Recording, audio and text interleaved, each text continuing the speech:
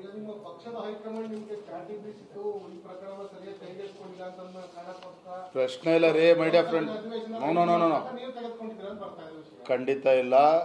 ಆ ಘಟನೆ ಆದ ಮಾರೇ ದಿನನೇ ನಾನು ಕೂಡ ಆಸ್ಪತ್ರೆ ಭೇಟಿಯನ್ನು ಕೊಟ್ಟು ಸದನದ ಒಳಗಡೆ ಕೂಡ ವಿಧಾನಸಭೆ ಮತ್ತು ವಿಧಾನ ಪರಿಷತ್ ಎರಡರಲ್ಲೂ ಕೂಡ ಇಲ್ಲಿ ಮಾನ್ಯ ಸುನೀಲ್ ಕುಮಾರ್ ಅವರು ವಿಷಯವನ್ನು ಪ್ರಸ್ತಾಪ ಮಾಡಿದ್ರು.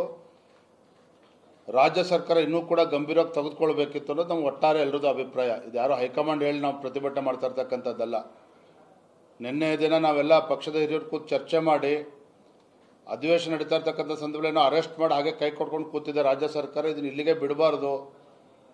ಇದೊಂದು ಆಗಿರ್ತಕ್ಕಂಥ ಘಟನೆ ಇದು ರಾಷ್ಟ್ರವ್ಯಾಪ್ತಿ ಚರ್ಚೆ ಆಗಿರುವ ಸಂದರ್ಭದಲ್ಲಿ ಇದನ್ನು ರಾಜ್ಯಾದ್ಯಂತ ಪ್ರತಿಭಟನೆ ಮಾಡಿ ಸರ್ಕಾರಕ್ಕೆ ಕಿವಿಹಿಡ್ತಕ್ಕಂಥ ಕೆಲಸ ಮಾಡಬೇಕು ಅಂತೇಳಿ ಭಾರತೀಯ ಜನತಾ ಪಾರ್ಟಿ ಅಧ್ಯಕ್ಷನಾಗಿ ನಾನು ತೀರ್ಮಾನವನ್ನು ಕೈಗೊಂಡಿರ್ತಕ್ಕಂಥದ್ದು.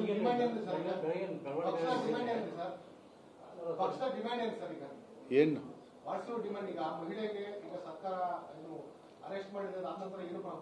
ಅಲ್ಲ, ಏನು ಪರಿಹಾರನೂ ಕೂಡ ಕೊಟ್ಟಿಲ್ಲ.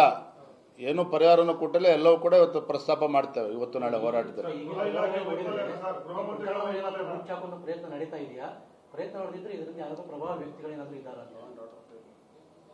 ಓವರಾಲ್ ಹೇಳಬೇಕು ಅಂತಂದರೆ ಸರ್ಕಾರ ಬಂದಾಗಿನಿಂದ ಕಾನೂನು ಸುವ್ಯವಸ್ಥೆ ಹದಗೆಡ್ತಾ ಇರ್ತಕ್ಕಂಥದ್ದು ಕೂಡ ನಾವು ನೋಡ್ತಾ ಇದ್ದೇವೆ. ಪೊಲೀಸರ ಬಗ್ಗೆ ಯಾರಿಗೂ ಕೂಡ ಭಯ ಇಲ್ಲ. ಇವತ್ತು ಯಾರು ಏನು ಬೇಕಾದ್ರೂ ಮಾಡ್ಬೋದು, ತಪ್ಪಿಸ್ಕೋಬೋದು. ಮೊನ್ನೆ ಬೆಳಗಾವಿನಲ್ಲಿ ಇಟ್ಟಿರ್ತಕ್ಕಂಥ ಹಲವಾರು ಘಟನೆದಕ್ಕೆ ಸಾಕ್ಷಿ ಇದೆ.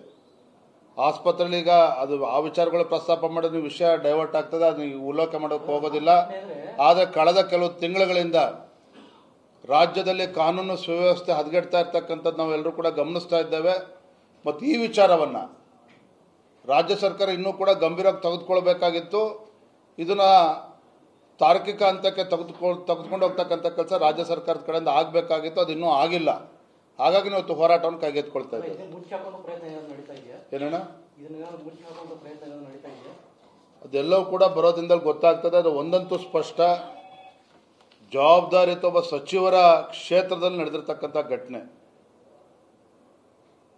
ಜವಾಬ್ದಾರಿಯುತ ಒಬ್ಬ ಸಚಿವರು ಇರ್ತಕ್ಕಂಥ ಕ್ಷೇತ್ರದಲ್ಲಿ ನಡೆದಿರ್ತಕ್ಕಂಥ ಘಟನೆ.